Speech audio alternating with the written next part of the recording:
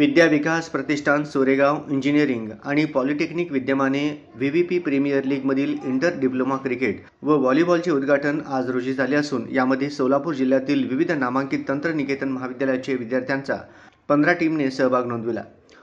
सदर 3 दिवसांचे टूर्नामेंट असून त्याचे आयोजन प्राध्यापक संजय बुगडे, प्राध्यापक अनिल काळे हे पाहत आहेत। या स्पर्धेचे आयोजनाकरिता व्हीव्हीपीआयईटीचे प्राचार्य डॉक्टर अरुण गायकवाड, व्हीव्हीपी पॉलीचे डॉक्टर सुनील दत्त कुलकर्णी तसेच संस्थेचे अध्यक्ष डॉक्टर जी.के. देशमुख, संस्थेचे सचिव अमोल नाना चव्हाण, विश्वस्त कटकधोंड यांचे मार्गदर्शन लाभले।